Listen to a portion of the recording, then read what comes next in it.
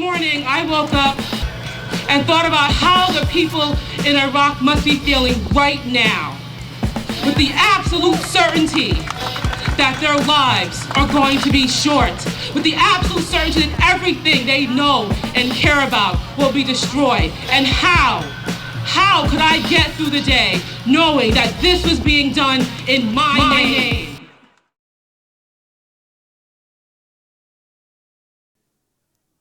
Where do I go to find images of woman made?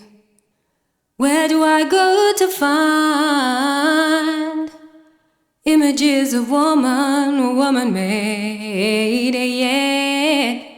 All of humanity is woman born.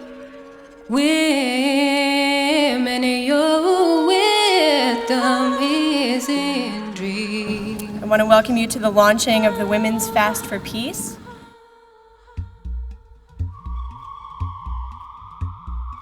And these are women who are standing on the steps of the Legislative Office building for the first press conference about the Fast for Peace on December 5th. Our wisdom cannot be lost. Our spirits cannot be broken. Women Against War is a network of women who oppose war in Iraq. We are raising our voices against war to challenge the U.S. to redirect its resources and energy to combating racism, poverty, and violence against women. You know, it's so beautiful. It's like the 4th of July. It's like a Christmas tree.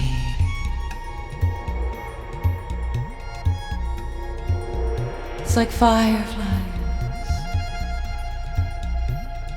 on a summer night.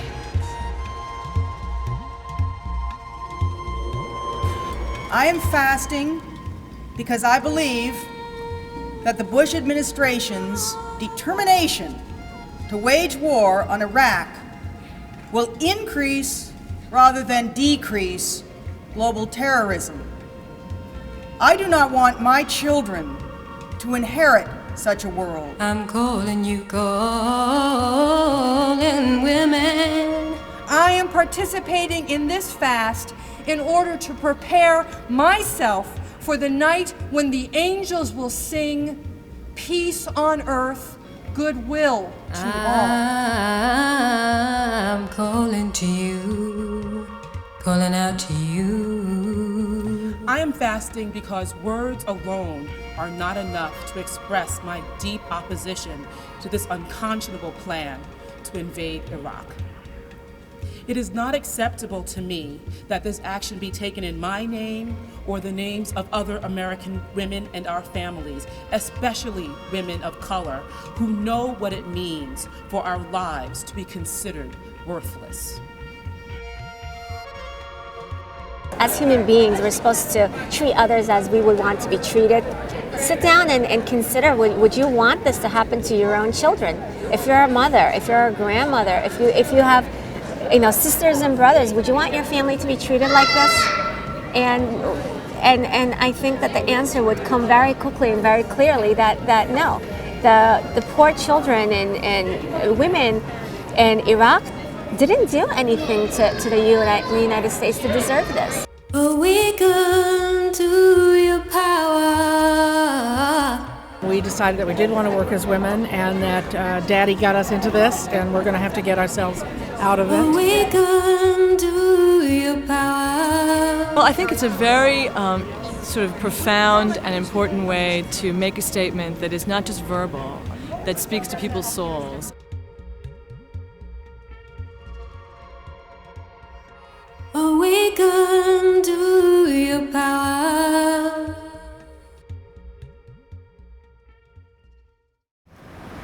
Well, when you ask me, why I think our leaders are taking us to war, it's interesting that I can't immediately come up with a good answer. Anytime that someone says we don't have a choice, I start not to trust them. I am fasting to express my opposition to the U.S. waging war in Iraq. I hope this fast is the beginning of a growing movement opposing this war, and that this opposition spreads across the nation. One of the things we've been asked to do when we're here is to write down some of the thoughts of what we were doing while we were here on the fast. And when I waked up this morning, I remembered hearing that a rare sight of Venus was to be visible in the southeastern sky right after sunrise, along with the crescent moon and the planet Mars. But when I came and looked out the window, I could only see Mars, not Venus. I was disappointed, but when I thought about it, it seemed a little metaphor about how the consciousness of this looming war takes up so much of my attention these days and weighs down my spirit since 9/11. Having a quiet time here to feel connected to other women concerned about peace, to try to use the discipline of fasting to think about ways to sever some of the ties that keep me benefiting from our country's war system, and being quiet enough to get a clearer vision of what I can do for peace. Those are the goals I have while I'm here. Last night, about 24 hours ago, I came to room number 79. Central Avenue, and I came in here and I didn't eat for 24 hours, and I lived in this living room, right here, this whole living room. And I read, and I slept, and I thought, and I got kind of pissed off, I have to say. I mean, it was so much work setting aside this time from my family and all the effort that it took to come here, and I'm like, if it weren't for George Bush, I wouldn't even have to do this. So, I mean, the effort that we're going to, in a way, is so unnecessary. If we just had someone in the White House who understood how we feel. And now I'm going to go and eat. It is 8:30 a.m. and the busyness of Central Avenue has increased. The sun is shining brightly against a robin's egg blue sky. A glorious day has begun. The beautiful flowers from yesterday's faster are a lovely color patch as I sit in the stillness of this room. A hectic morning, orientation for folks who volunteered to be escorts for immigrants who must report to INS today. A gathering of those who are protesting at noon at the Federal Building. Lawyers helping to negotiate with INS, and me taking it all in. My time of fasting is coming to an end. The time has flown by. It has been an honor to be a part of the Fast for Peace and to meet so many people today who tried to lead peaceful lives. I have been in absolute anguish ever since the United States started bombing Afghanistan, and I have felt impotent in the face of what our country is doing to other foreign countries in Afghanistan, in Iraq, all over Latin America, everywhere. And in the face of that impotence, I felt that I needed to do this fast in order to take back some power and to say to our government, no, you are not doing this in my name, that I am not happy about this, and I am protesting this. I can't go on anymore, I'm going to cry.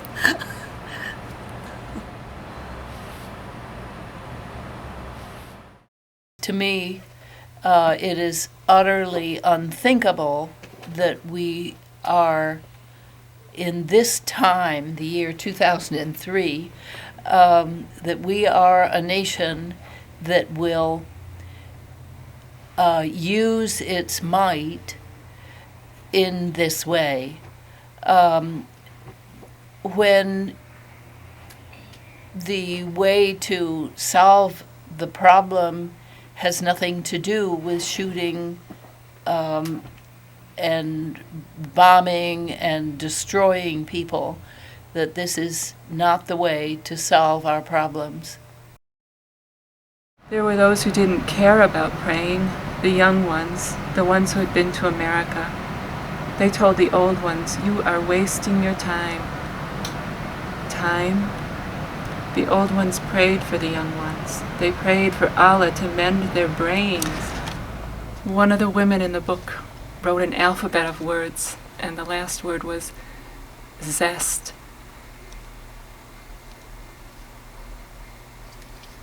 And I don't want to forget.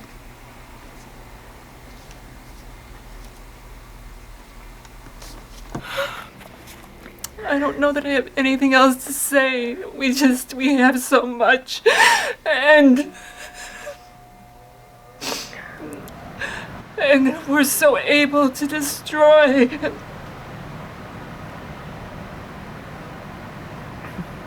And I think about this build-up for the war. I think of the word unleashing, and the unleashing isn't only on others, it's on ourselves as well. And I just pray that we can turn from that and remember what life is. I'm just finishing up my fast, and it happens to be that I was here for Martin Luther King Day. Striking that this is in a sermon he wrote about Vietnam, and it's sad how what he writes is still true today. The issues at hand seem as perplexing as they often do in the case of this dreadful conflict. We are always on the verge of being mesmerized by uncertainty, but we must move on. So I hope that's what today has brought me. And I also plan to go home and hang a sign somewhere where I can easily see it in my house. And this is another quote I found in this book. "We must walk on with an audacious faith in the future." It seemed that Martin Luther King was able to find ways not to despair, and I need to find those more strongly too. So I'm grateful to have had this time today. I expect to use the day as kind of a mini retreat to meditate and think about a lot of things, like what it would be to be in a room that's not your own and sleep in it forever, and not being able to have food, and to try to identify somewhat with people who don't have what I have. And I was reading an article today in Turning Wheel, which is a Buddhist publication of peace activists, and there was a Tibetan monk who said he didn't really expect to attain enlightenment in this lifetime, and it was an impossibility to think that they would attain peace in Tibet in this lifetime, but the purpose was simply to put your drop of water in the cup. And so that's what I'm doing here today, is putting my drop of water in the cup. That's it.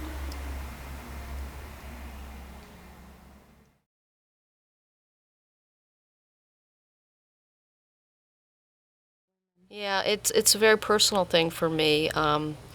I guess as I'm a mother, and I have a young daughter, and I want her to have a future. And I also feel like as a mother and as a woman, I could relate to a woman I've never met in another country, if it's, Iran or Afghanistan. I just feel like there's this common connection, because there's a woman out there just like me who's worried about a future for her child. So I think that's really, for me, why I'm here. I consider myself a very ordinary person.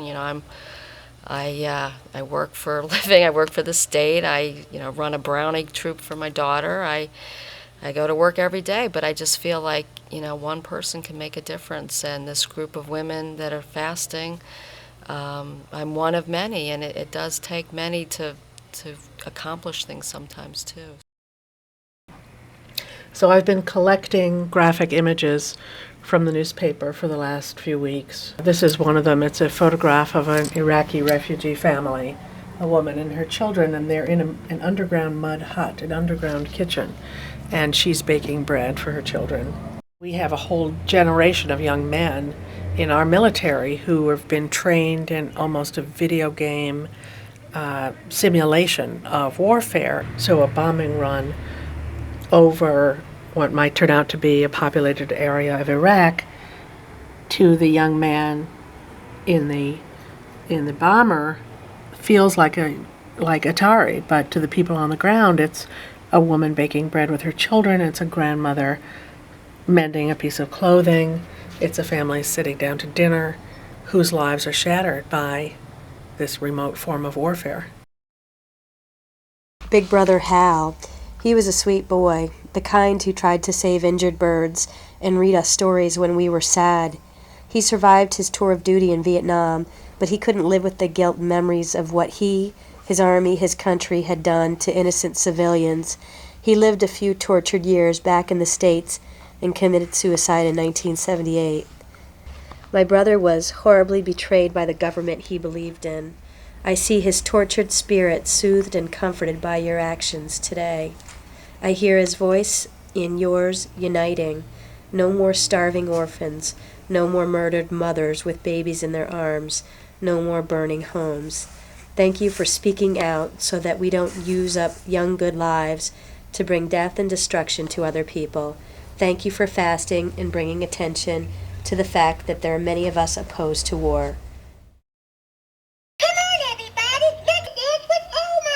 I decided that I would bring my daughter with me to think about peace, because I think it's so important for the children of the world to be thinking about how to make this planet a better place. You know, in some ways, the adults are making a big mess in the world that kids are growing up into. What do you think we can do to make this world a better place and treat people more special? We can try to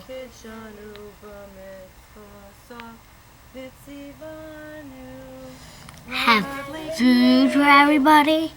We can try to not have people go hungry. Daddy! And a prayer for peace. Hear me, 4 quarters of the world, a relative I am.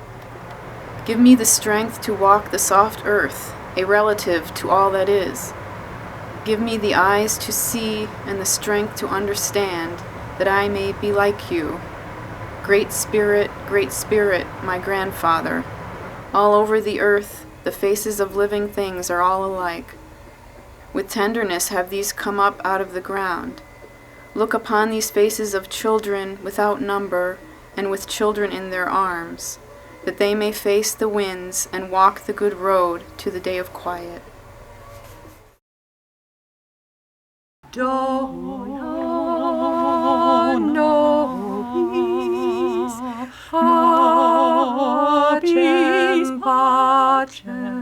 I came to this fast for a very simple reason, because I believe with all my heart that the law of Jesus Christ is love and his gospel is peace.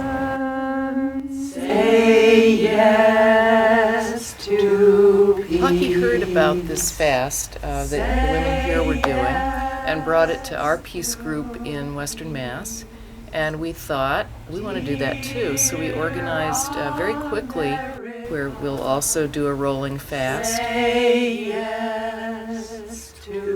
We're also part of a group called the Raging Grannies that's a national, in fact international, movement of women over 45 who are singing for peace. Say no to Got an email yesterday from someone who was quoting Thich Nhat Hanh, who said, perhaps the next time the Buddha comes, the Buddha will not be a person but community.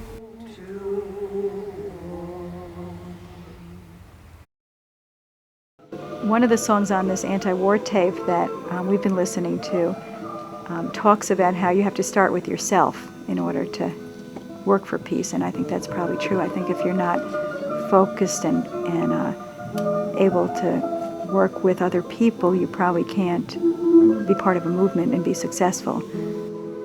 At all, we're used to fasting on Yom Kippur, where you can't have any liquids for a full day, and you spend the day in the synagogue praying. But I feel like the focus on peace and anti-war is very different than the type of fast I'm used to doing for Yom Kippur, where I'm much more focused on myself and the kinds of thoughts and prayers that I have about myself personally. And I feel like this is much more of a collective fast, and my focus has been on what other women have thought during the fast, not so much on what I think, although that comes through as well. I've been thinking about a question that a woman raised when she heard I was participating in the Women's Fast for Peace. She said, "I hope you don't think that that's really going to do anything." And I thought about it for some time, actually, and realized that I don't expect my fast to do anything more than to let those people immediately around me know that I am opposed to this particular war, that it shows no sense, there seems to be no reason to go to war and kill people with the evidence that's before us. But because I'm taking this stand, other women may do the same, and other people that I know have already decided to speak up and say something.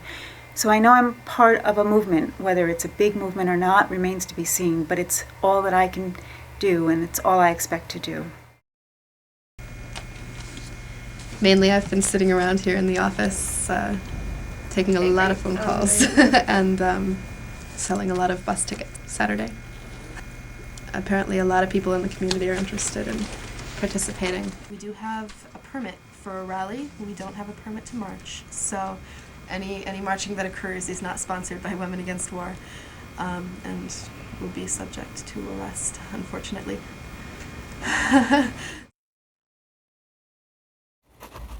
I was just getting ready to finish my fast, and I was reading and writing in the logbook when Mimi came. I've had the interesting experience of talking to almost every one of the now 90 women signed up to fast between December 5th and March 8th. My committee duty has been to talk with them about finding a date on the calendar, but we've talked about a lot more than that. As a result, I feel very connected to you all the rest of you fasters, and I'm grateful to you for making my efforts so easy and successful. And I am now aware of how many people are opposed to rushing to war with Iraq, as am I.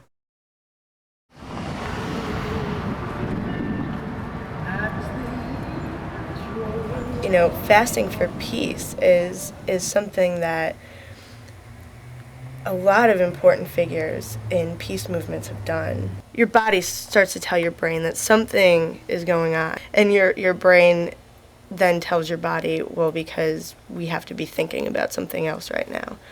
It really gets your mind kind of going about, you know, what you're doing to sort of feel more connection with people who are suffering. Yes. And that's it. That's the yeah, key, isn't it? It's it compassion. Is. Yeah. For the compassion to happen, for that connection to happen, I think you have to feel something, you know, in your body. Maybe a little bit different than your usual habit. Maybe a little discomfort. Maybe that can trigger, you know, something. I've been involved in political movements since I was a kid, and as I get older, the more I realize that it's more about connecting to the next human being than it is about some kind of ideology or what side of the fence you're on. Part of the reason I wanted to do this was to help raise awareness in the community, because I feel so helpless sometimes in this terrible stuff that's going on. Sorry. Yeah. But this has definitely like helped me feel closer to people around the world who, you know, our government is not treating so well. But I don't know. I felt I had a lot of strong feelings today, and I'm sure you will tomorrow too. It's been a great experience for me. Sorry. Nothing to be sorry about. Thanks. You're welcome.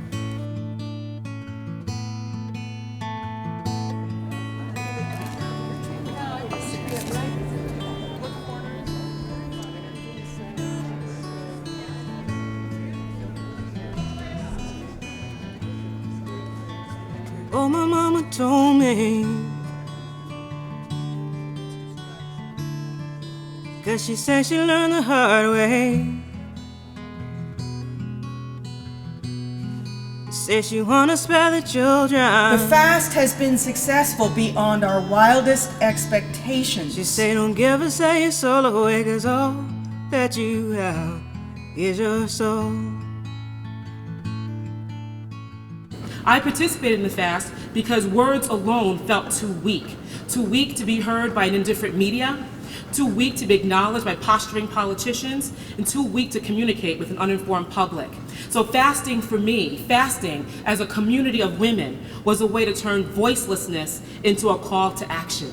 It was a way to make an individual act of conscience into a collective call for power.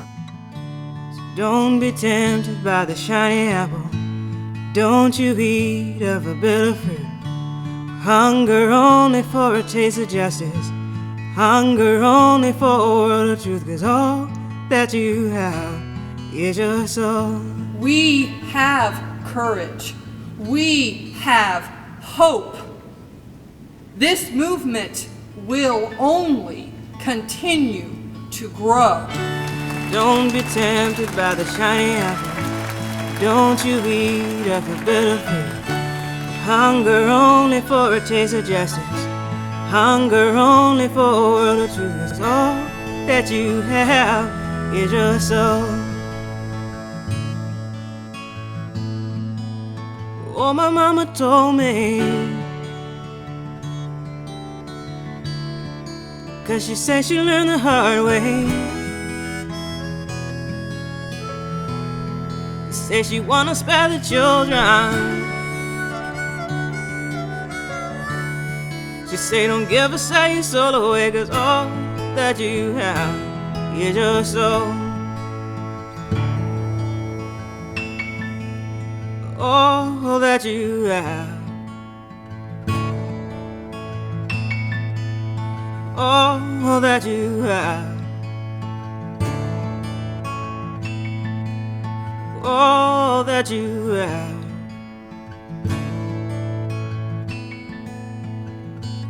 is your soul.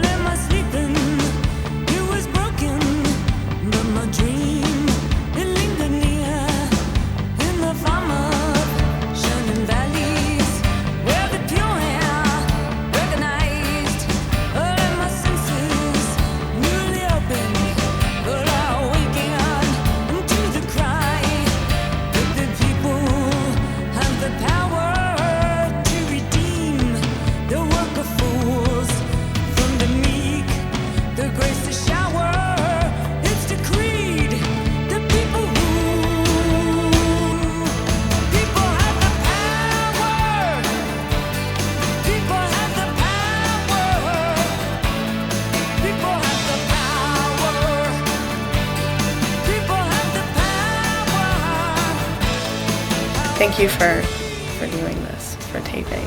I think it's important to get all of the women who are doing this to, to speak and be who they are for a little while. It's a great group of